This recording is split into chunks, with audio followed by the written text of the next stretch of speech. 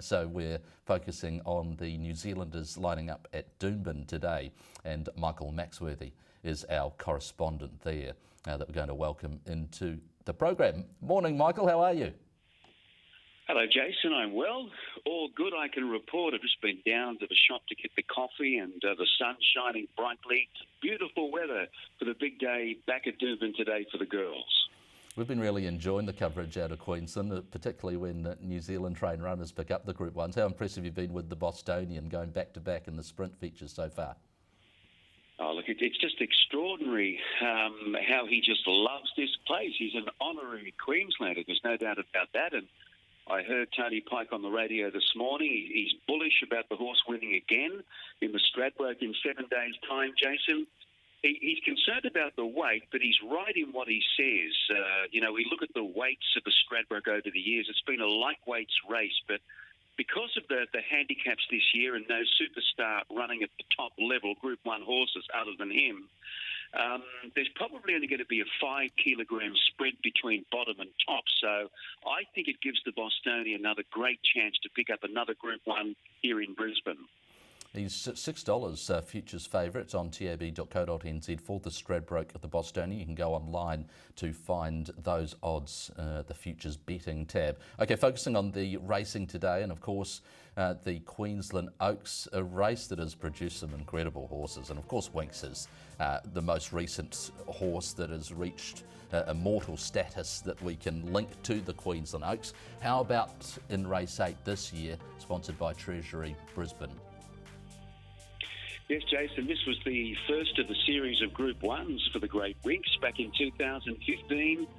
This year, there's no Winx lining up, I can tell you that. I think it's a fairly even group of 3-year-old fillies, although the market is telling us it's all about Princess Jenny, which is a totally different form line. It's the Schweppes Oaks in Adelaide that she was successful in. And then we're looking at the Roses at Doomben a couple of weeks ago for the other form line. And Intrigue from New Zealand, she's coming through the Sunshine Coast. But I'm with Princess Jenny here, and I like the fact that today she's probably still peaking because this is her 4th run that we're watching here in Adelaide, and it was a great ride by Damien Oliver. He had to make a decision at the top of the straight whether to come around or go towards the inside. Went towards the inside, and she's very strong at the end.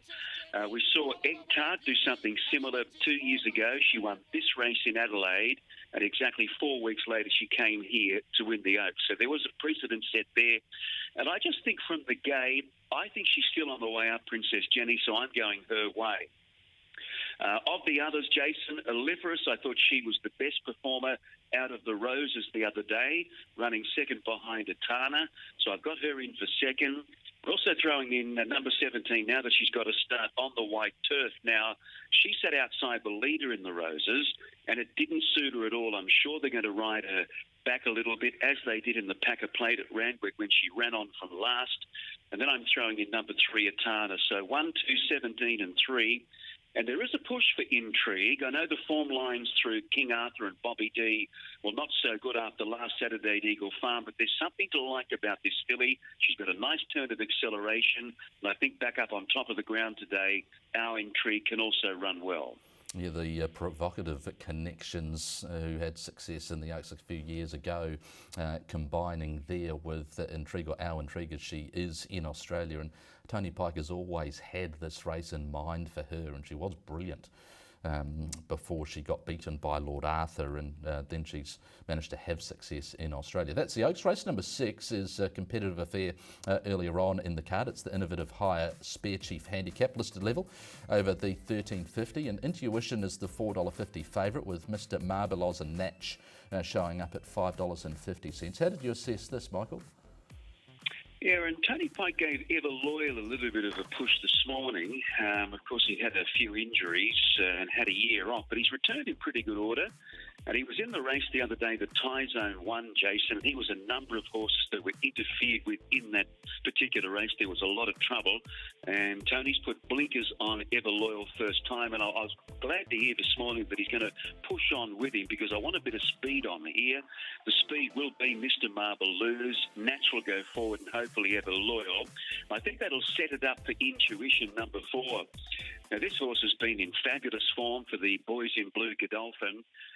2 back at Hawkesbury. He came from last there, and he managed to come through in the middle to get up and score. It beat Tactical Advantage, who was sprinted quickly on the outside. When Tactical Advantage takes the lead in a race, he usually wins it. But this guy, Intuition, came through and managed to get up and beat him.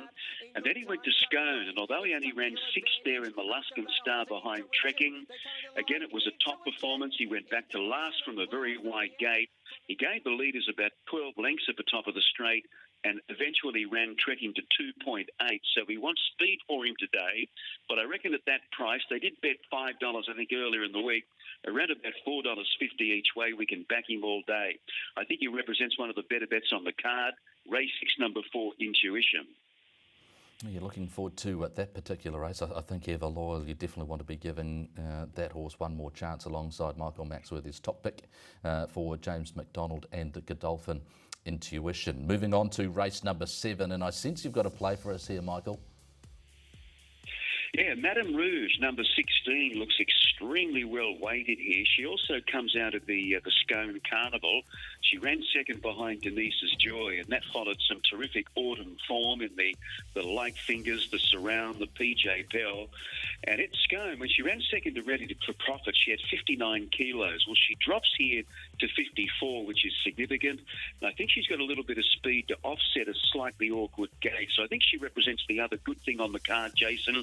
Race 7, number 16, Madame Rouge. And the roughie today. Now, look, I'd be surprised if he could win it in race 4. I refer to number 7, Divine Dice.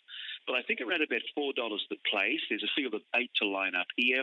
Quinellas Trifecta's first 4s. You want to throw him in.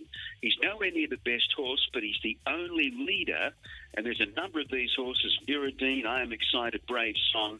They'll be relying on a hectic tempo, which they're not likely to get. So I'm thinking that Winter Bride will probably win at number 6 because I think she'll get first crack at Divine Dice. But I think he can hold on.